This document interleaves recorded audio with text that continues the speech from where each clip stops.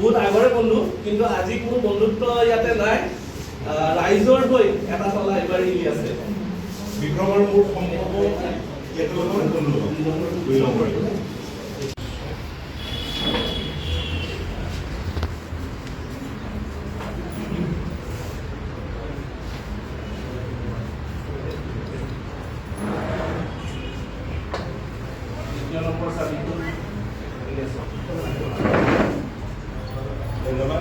আজি আমি যি এই সমীক্ষা 2026-ৰ মেজিকেল প্ৰেডিকশ্যনৰ কাৰণে বাকচ ইতিমধ্যে তলাবন্ধ কৰিলোঁ আৰু সাতটা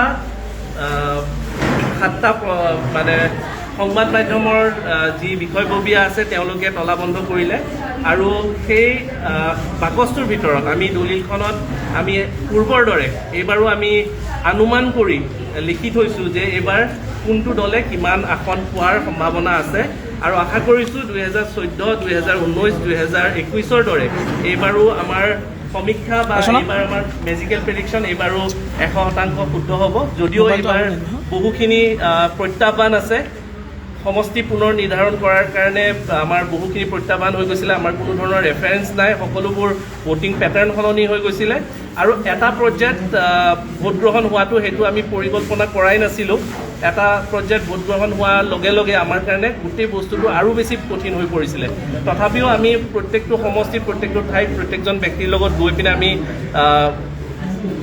খবৰ ল'বলৈ চেষ্টা কৰিছোঁ। আমি সঠিক গ্ৰাউণ্ড লেভেল এনালাইচিছ কৰিবলৈ আৰু লগতে যি মেজিকেল প্ৰেডিকশ্যন, মেজিকেলি ফৰ্মুলা যিটো ইউজ কৰি আমি প্ৰেডিক্ট কৰোঁ যিকোনো আন বস্তু, সেইবোৰো আমি কৰিবলৈ আমি যিখিনি পাৰোঁ আমি চেষ্টা কৰিছিলোঁ আৰু আশা কৰিছোঁ যে এইবাৰো আমি সফল হ'ব আৰু 100% শুদ্ধ হ'ব বুলি আমি আশা ৰাখিছোঁ।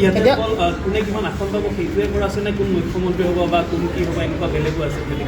মই কেৱল দলে কোনটো দলে কেইখন আসন পাব এনেকুৱাকৈ লিখা আছে, কাৰণ মুখ্যমন্ত্ৰীটো যিহেতুকে যেতিয়া চৰকাৰ গঠন হ'ব আৰু চৰকাৰ গঠন হোৱাৰ পিছত কাক প্ৰক্ষেপ কৰে সেইটো তেওঁলোকৰ এটা ভিতৰৰ কথা, সেইটো এটা দলৰ কথা।